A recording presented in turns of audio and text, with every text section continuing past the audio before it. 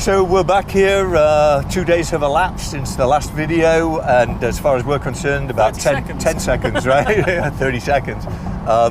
Continuation of the Q&A, and I hope you guys are still tuned in, because we've got some great questions still to come. So fire away, Adam, where are we? All right, Michael, this one is for you.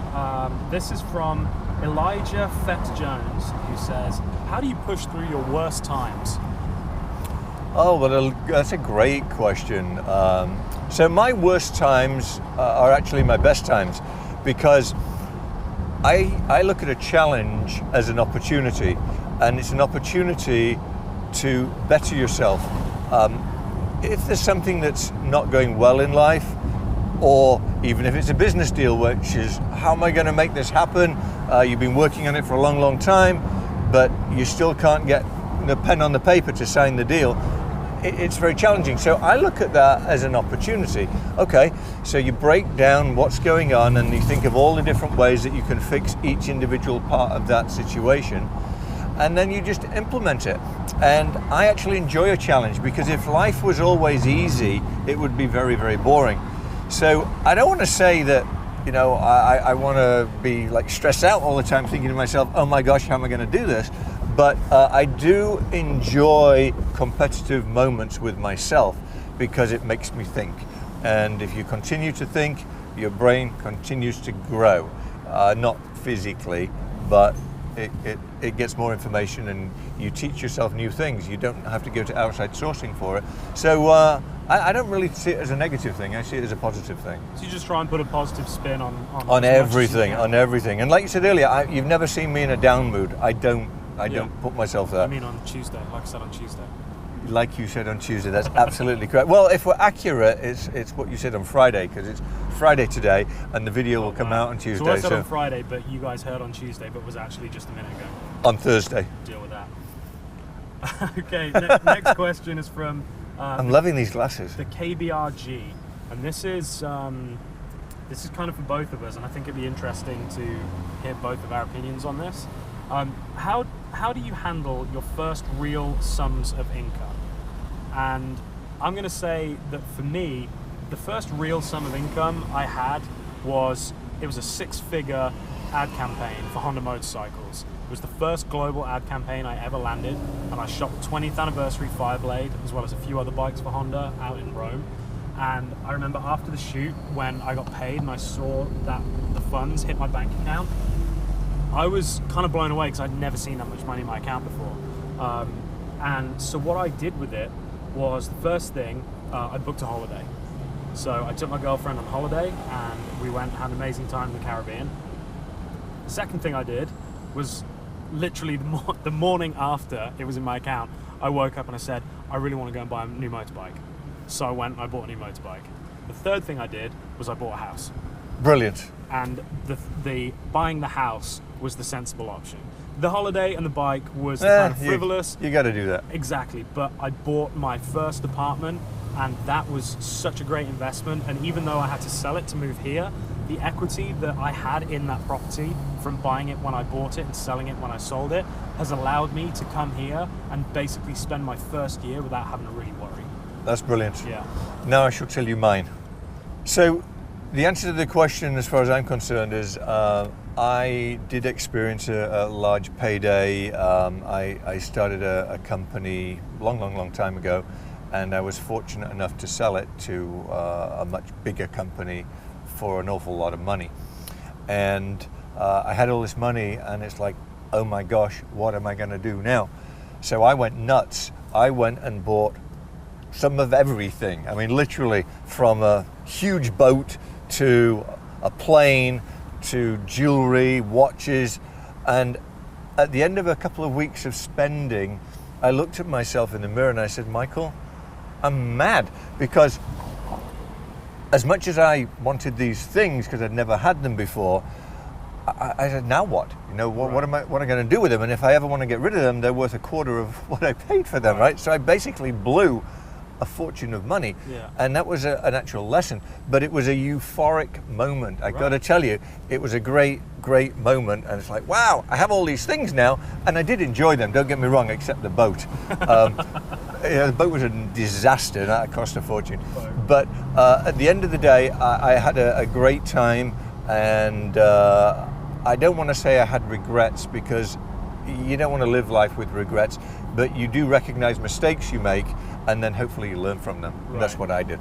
So the takeaway then would be, once you earn a decent sum of money, if you get a payday, is to treat yourself, but not go wild, and then invest. You should definitely treat yourself, because treating yourself is the reward for a job well done, right? You're able to get things, and people say in comments, why don't you give to the homeless, and why don't you give to that? Guys, I give a fortune to the homeless, and I give a fortune to charities. I don't broadcast it, because it's just something that you do. It makes you feel good. All of this that we're doing now is to help you. And we get nothing from it. I mean, nothing. So at the end of the day, hopefully, you learn a little something, and or not. You can take the advice and discharge it, or take it and use it. But it's worked for me. It's worked for many other people I know. It works for Adam. Hopefully, it works for you too.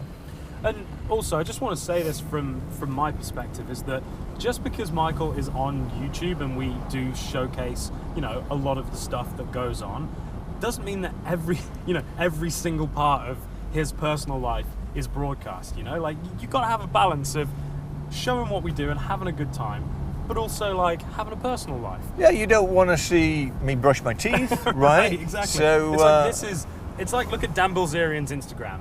That guy isn't constantly surrounded by 100 women by himself. He just that's what he puts out, because it's fun, because it's entertaining, because that's what people want to see. Yeah, and so that's exactly right. We try to put out videos, and we're not party animals. Well, you are. That's because they speak for yourself. That actually leads in nicely to this next question, which I thought was quite funny. Who's it for? It's for me, but you can answer it. Well, you can answer a little bit of it. It is. Let me find this thing. From Alex Acraft Windows. Does he give you hell when you have a hangover? I got to tell you something, Alex. Okay, so we were shooting a video. This is probably, 8 weeks ago. Celebrity Home Store. Celebrity Home Store. And we were in the Black Dawn. Yeah.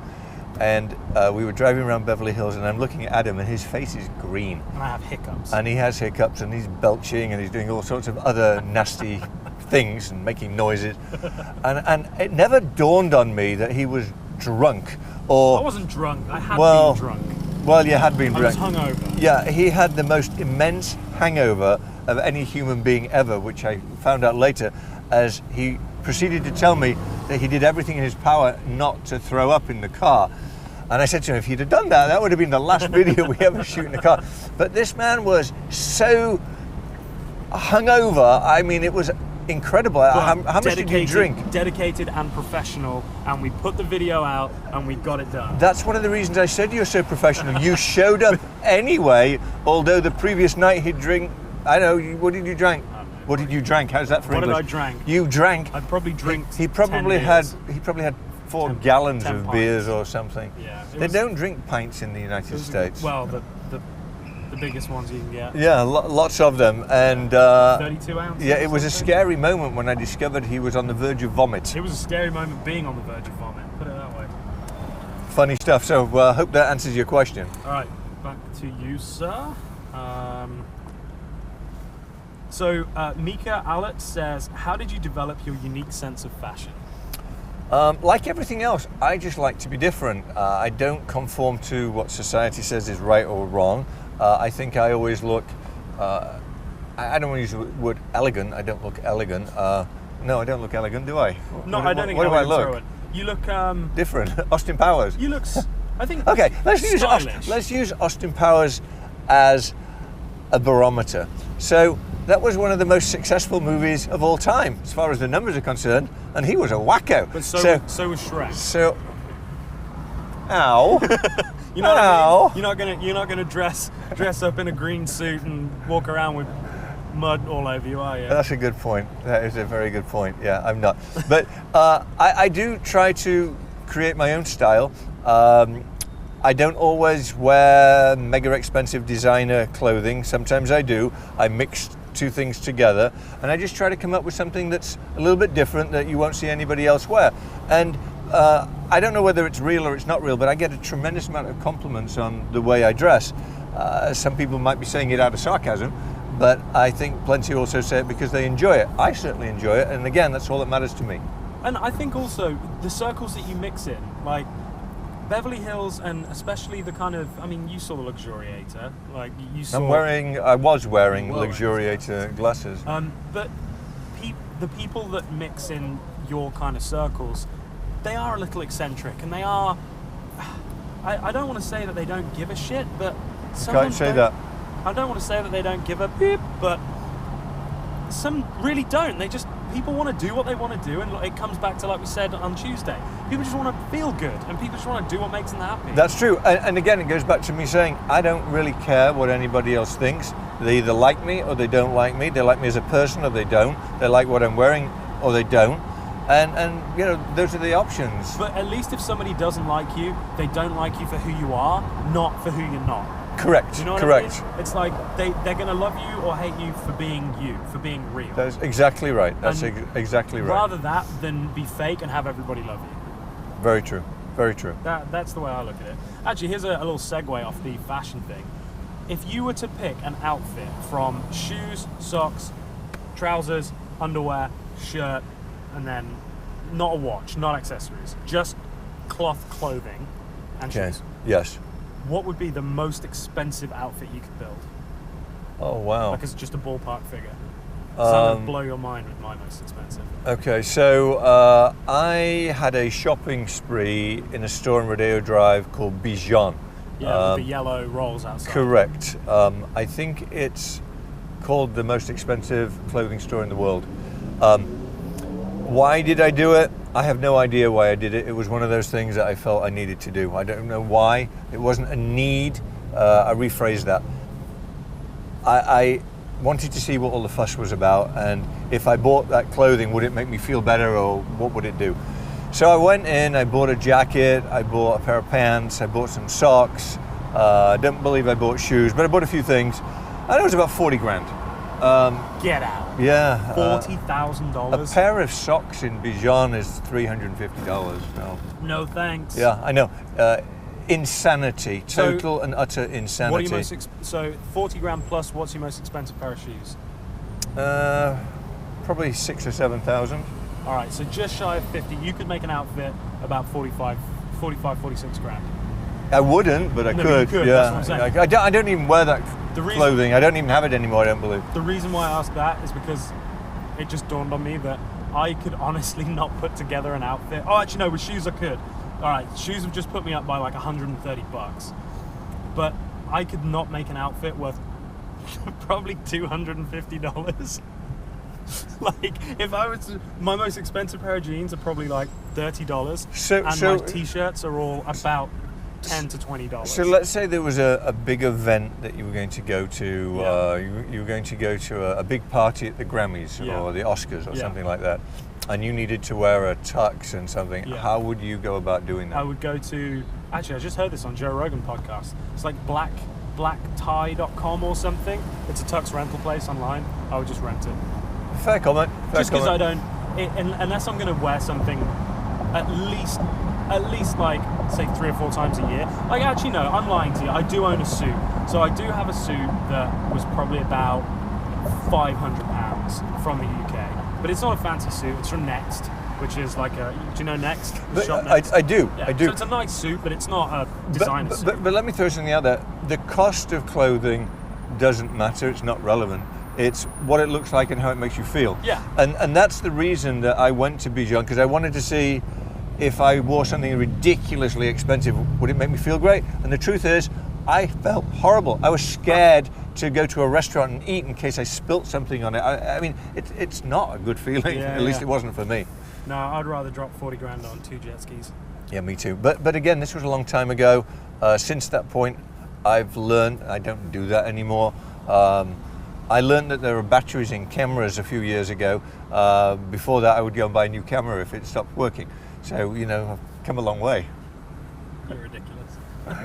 That's the truth. Okay, Rodrigo, is it your question? I don't know. Yeah, you can have this one.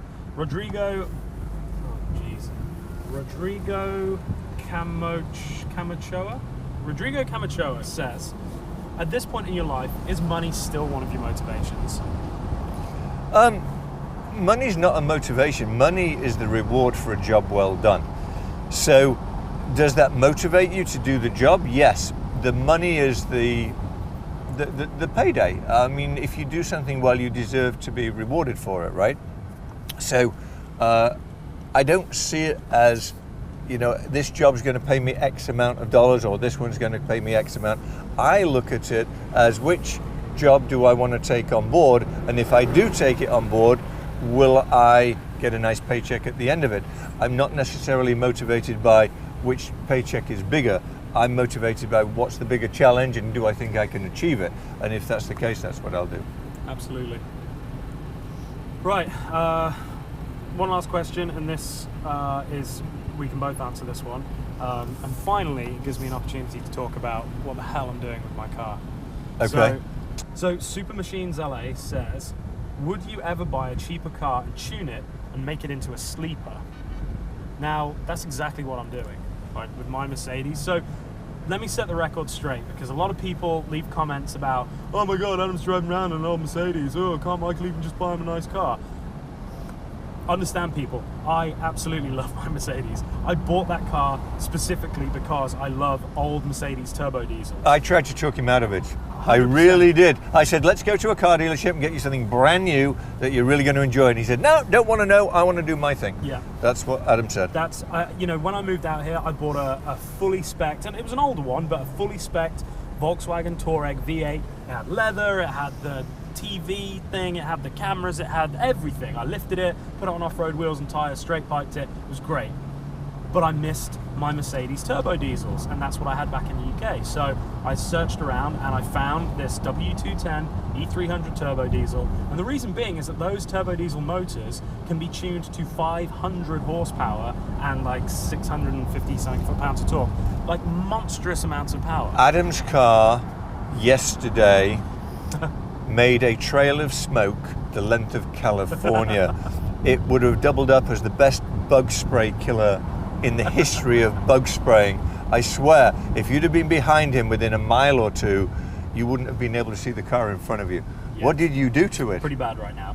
Well, so basically I'm building the car. So the idea is the car is completely stripped out. So the reason why, when in the last video I was filming you on Rodeo, you could see a bit of my door card, and someone's like, oh my God, he doesn't even have a door card on that thing. It doesn't have a full interior. Like, it's not just the door card, like it doesn't have an entire interior. So I have 2 fixed bucket seats and I have a Sparco racing snap-off steering wheel, and that's it. Everything else is stripped. It has a lightweight battery. Like, the thing, I'm going to turn it into a track car. It's going to have full aero. It's going to have a big time attack front splitter, flat floor, blown diffuser. Like, it's going to be wild. And then you and I are going to race in one of my supercars. Yes. And you're going to lose. And hey, I will have a great time. But you'll make better smoke than me. I will. We're going to have a great time trying. Yes, we will. That's what it's about. To answer your question as to why it was so smoky yesterday, so I just had a stage 2 ECU fitted, and basically what I'm waiting for now is a bigger turbo. So at the moment... To make more smoke? No, it'll make less smoke, because right now what I have is 300 horsepower's worth of diesel. So I have 300 horsepower's worth of fuel, but I only have 200 horsepower's worth of turbo.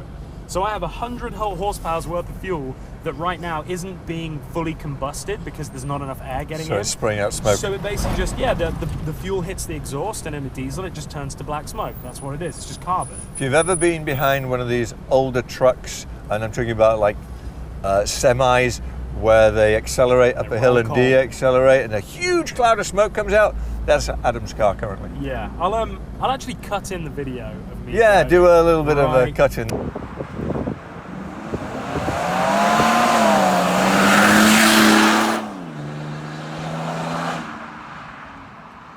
So as you can see, it's kind of smoky at the moment, but once I get the bigger turbo on it, it'll clean up that smoke because it'll be a more complete combustion cycle once. And I'm going to answer the same question. Will I ever do that? No. That's it. That's my answer. I think we no. should buy. I think we should buy. No, I'm not saying you should buy a Mercedes turbo diesel, but I think we should buy. When I say we, I mean you. Should buy like a cheaper sports car. Like what? And just throw. Well, I don't know. We'll have to have a think about it. All right. But I think that would be fun. I think it'd be fun to get something that we can just beat. And what would we do with it? Race other. Here's the reason why I like sleepers, because you can spend $400,000 on a 488, right? Or you could spend $15,000, $20,000 on a Mercedes and have a car that is in a straight line as quick or quicker, right? Now, it's not going to go around the track as well, it might do, but it's not built to be a supercar, which I know is what you always come back to, is it doesn't drive like a Ferrari. My thing is, true. Adam, by making a car fast that wasn't designed to go fast compromises everything else. So in other words, will your brakes stop you when you need to? Yes. Will the suspension hold up? Will the Yes. body panels stay on the car when you put it through forces that it wasn't designed Yes. to take, etc., etc. Yes. And as long as that's the case and it still remains safe, then I might play with you. Exactly, yeah. Yeah, well, that's the thing, is like I'm putting big brakes We on might buy Mercedes. that Rolls Royce right there. I don't know if we can see it.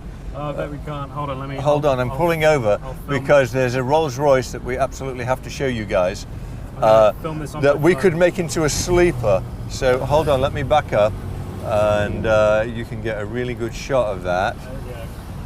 because it's the most ridiculous thing I've ever seen. And if we're talking about Austin Powers, that is Austin Powers on steroids. That is awesome. How about that, guys? Got it. Yeah, we should buy that and stick a big old Cummins turbo diesel in it. That would be fun. would. Now that I would drive. Right. Yeah, that I would absolutely drive. I would put my Austin Powers clothes on and would go create some... There's a guy in the UK, a drift driver in the UK, who has built... In fact, I want to say it's Shane Lynch from Boyzone. Okay, then say it. I think it's him. It's one of the drivers. I don't know if it's Shane or not. I think it is. But he's now a competitive drifter. And he built an old Rolls Royce. With flared arches? It is. I've seen it. Yeah. It is British, Yep. and it's gorgeous. And that's a car I would buy and drive. All right, that has been a long old episode, so Yes. I think we should let these people go about their lives. I agree. Continue to meet people. I'm actually having a lot of fun doing this. am. And again, we do it for you.